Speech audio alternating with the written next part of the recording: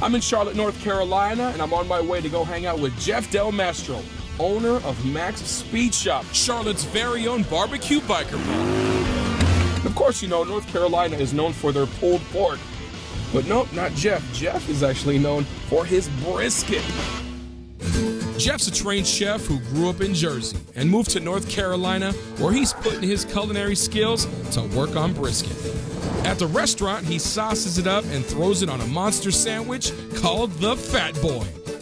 And he'll give any Texan a run for their money with his backyard barbecue straight out of the smoker. This is great. The biggest man toy you've ever seen in your life. Complete with beer on tap. So what do we got going on? Well, we're going to talk about backyard competition brisket. In my opinion, it is the art of brisket. And this is his canvas, certified Angus beef. A lot of beautiful fat, a lot of color. We're going to trim this up beautifully. Trim it up. You're really good at this. The Texans are going to be cursing at the television as they're watching, because a Jersey boy in North Carolina is certainly not supposed to know how to cook brisket. Right. In fairness to Texas, Jeff did go there and study what folks were doing. But his culinary chops are what makes his brisket a standout.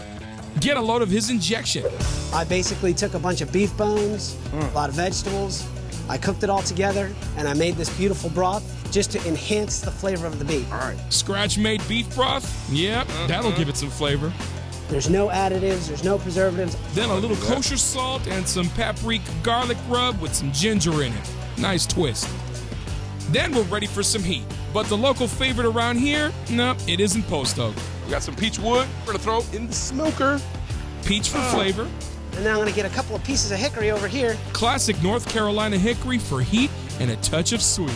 Now we gotta use our flamethrower. Your smoker Has a flamethrower. has a flamethrower. There we go. Jeff, I think you were a Texan in a previous life, man. I might have been, but I'm a Jersey boy at heart. And this Jersey boy does something I didn't see anywhere in Texas. He cooks his brisket in a pan to capture all those juices. 8 to 10 hours. 8 to 10. 225 to 250. Okay. Low and slow. Now that sounds familiar. And by the magic of television, of course, I have one ready for you. There you go. Woo! Got a beautiful That's brisket. beautiful. See that bark, all that flavor? I'm loving this. But Jeff's not satisfied. He's going to turn this beauty into a Kansas City favorite called burnt ends. Crunchy, barky, seasoned nuggets of beef that come from the point of the brisket.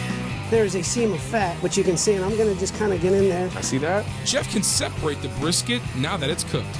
That's so juicy. This is the flat. I've got my point off. Did you catch that? Let me slow it down a bit. The flat and the point. So I'm going to take a little rub. Little rub, hey.